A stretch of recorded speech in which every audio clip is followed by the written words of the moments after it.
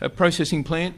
It's not conventional. There is not another one of these in the Philippines. We do have a refractory ore, or certainly partial refractory. About 50-55% of our gold is free, and we can actually recover it using gravity techniques, although in a process plant it'll be less than that. It'll probably be about 30. The balance of it is refractory or double refractory. It's very hard to get, so we have to go through an oxidation circuit to achieve that. We've looked at all the conventional circuits, the autoclaves, roasters, and whatever. I guess the cuts to the chase, they're too capital intensive for a project of this size. They're too difficult to operate for a start-up operation. And so we've selected ByOx. We've selected it for good commercial and operation reasons, and also because we get excellent recoveries. We undertook about a 20-tonne pilot plant in South Africa to demonstrate the application of the ByOx technology. ByOx, as it implies, is based on little bugs chewing up the sulphur. They love the sulphur, they love air. So we put them in a tank, we keep them nicely comfortable at about 42 degrees. We put huge, humongous volumes of air into the tank. And as long as we do those things, these things will eat sulphur to completion. And we're seeing recoveries in excess of 90-95% using this process. So it's very, very good for us. There's about 13 or 14 of these plants operating elsewhere in the world at the moment. After the ByOx, then we use conventional carbon and leach technology to recover the gold. We mentioned earlier molybdenum. Molybdenum is a bit of an enigma for us. There certainly is there is a lot of molybdenum in the project. It's very fine grained. It's not responsive to conventional flotation technology for recovery. But what we do find is once we go through the ByOx plant, it's a very acidic environment. A lot of the molybdenum actually goes into solution, so we've actually got it dissolved in liquor. And where we're working at the moment with a group in Australia is in a novel recovery plant. There isn't a precedent for this out there. It's a novel recovery plant to recover that molybdenum into a saleable product. That's the very reason that it won't be installed at day one. It's going to be a risk and demonstrated circuit, so we will need to get the gold circuit up, have it running, get it stable, and also once we've done that, we can put a demonstration plant in and then retrofit the molybdenum plant. When I explain it to the board, I guess I do it this way. I say fundamentally today as we sit here, there's $150 million worth of revenue from gold, and there's $15 million worth of revenue for moly. Do you want me to screw up the gold to get the moly? I don't think so. So it's a very easy decision.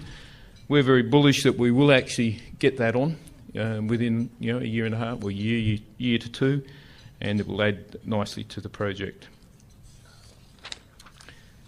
For those slightly technical guys in amongst the group, process flow diagram, I'll just go through it very quickly. The ore is very soft. We don't use a crusher. We use a bit of equipment that we call a sizer, which is just designed to break it up.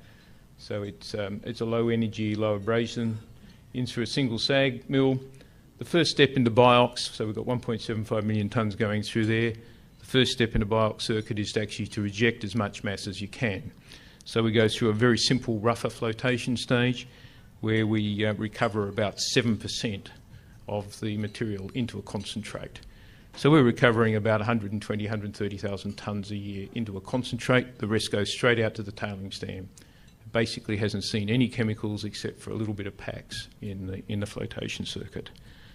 From that stage, the 130,000 tonnes or so goes into the ByOx circuit. ByOx circuit comprises 8 big tanks, a lot of air, a lot of agitation, and about 4 days in there, and the bugs do their magic.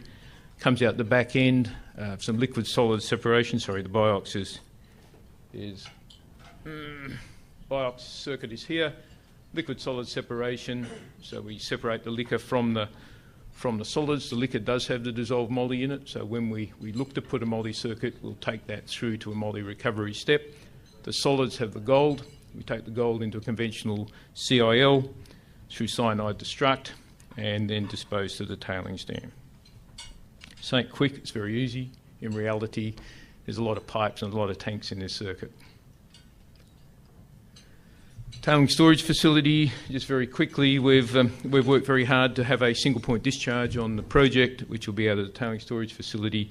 We're looking to use a valley fill model, so effectively a blind valley with a wall in it. This is a photograph of actually the first tailings dam ever successfully built in Papua New Guinea, and Craig Watkins, our country manager, and I built this as part of the Kainantu project. It's this style of dam. It's not identical to this. The valley's narrower, the wall will be a bit higher, but it's the principle that we'll be using. As I indicated, during construction we'll do some pre-strip, build a 2-year starter embankment into the wall. We'll continuously lift that over the next 3 years out of our mining operation, and at that point the dam will be its ultimate height. The tailings go through cyanide destruct and then will be deposited subaqueously, so below the surface water, into the dam. All of our process water, everything bar effectively potable and some special water supply, will actually be recovered back out of the dam. So we're recycling the water, not going to the local rivers once we're in steady state operations to use water top up for the circuit. I guess this is just hammering the point a bit. It's, for those who want to see it, this will be up on the website later. You can look at it at your leisure, but it shows you our water balance around the project. Off-strike infrastructure, I mentioned it earlier, we've got an access road. We've got to upgrade about 3 kilometres of that. The rest of it is really just resurfacing it, and our power supply. We've applied for Direct Connect. We'll be looking to purchase from the IPP. We do have the support of Novelco, which is the local distribution agent. We've done a deal with them where we can actually restand their current lines with new 69 kV lines up their easement. It's about 36 kilometres from the switchyard, and we'll swing the current community supply underneath that on the same poles, which clearly means their facilities will be upgraded and we'll have some more security of supply, with people are unlikely to chop down poles that supply their own TVs and freezers and refrigerators and various other bits and pieces. We'll be steady state drawing about 13 megawatts in estimate. We'll have about half of that as backup generation at site. Major reason for that is a power outage. We have to keep the bugs happy, and that's maintaining temperature, circulating loads, and keeping some blowers and other things going. Currently at site, we're in a kind of transitory phase. We're between kind of full on in a feasibility study and then upgrading our reserves within our pit to a pre-construction phase. And so our major activities are listed here. Basically, we've restarted our exploration program. We do plan to find some more. We've made commitments to our shareholders and also to the government that we will look for more ore. And that program has just started recently, about 3 or 4 months ago. Land acquisition is always key. We currently have about 75–80% of it unacquired. The rest of it is actually coming in at a fairly rewarding rate at the moment. The message is out that this thing's going to get built, and we're having some good success in closing out the final land acquisition that we need. Small-scale miners, of course, we have them. It's a gold project. There are probably about 400 of them working here. We need to manage that very carefully. But our plan there would be to actually use those guys in the operations and in the construction, so move them aside on that basis. Just quickly look at it. This slide's been around for some time.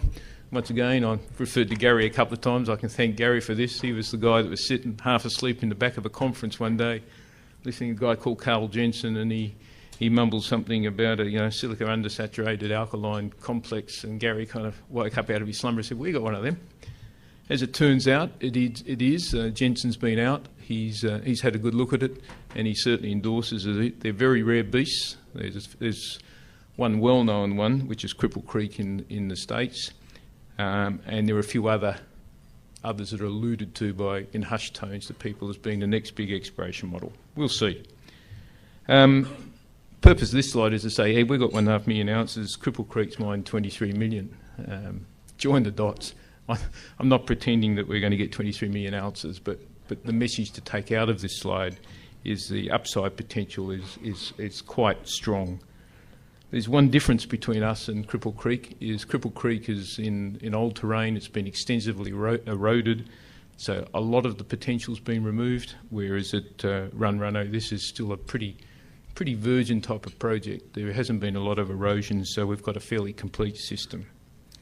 Hopefully we'll get to understand it better as we go ahead.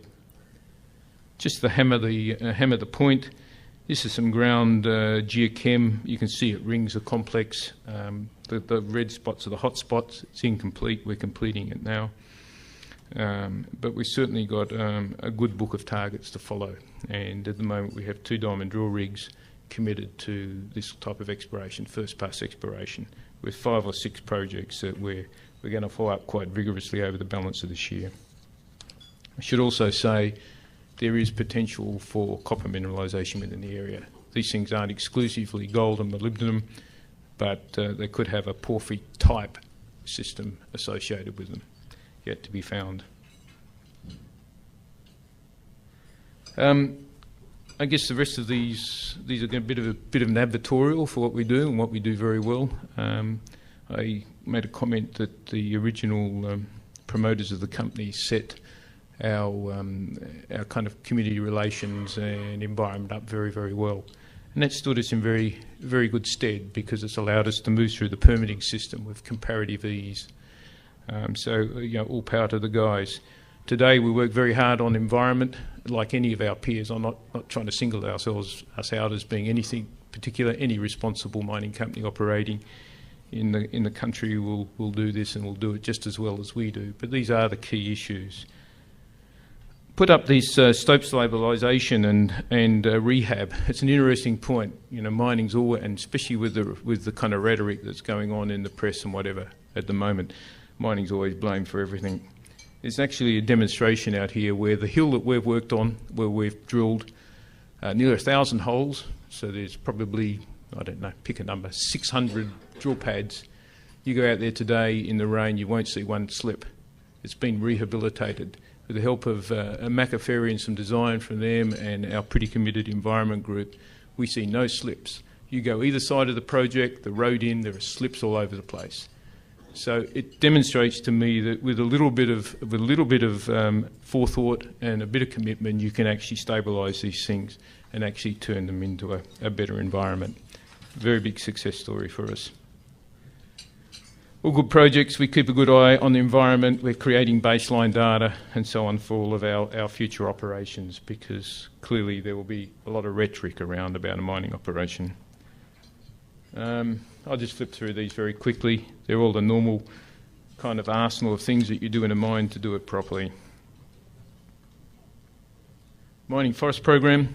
It's been in the news a lot lately. MGB's asking people to commit to it. Hey, we've been doing it for 5 years. And so it's nothing new. It's been very, very successful. We engaged the community and students in it, and we've planned it out 43 hectares to date, and we've won a number of awards for our efforts there. Safety and health. I know our staff's wandering around with 1 million accident-free hours or something on their shirt. I think we're now at about 1.6 million. So we've got pretty good statistics.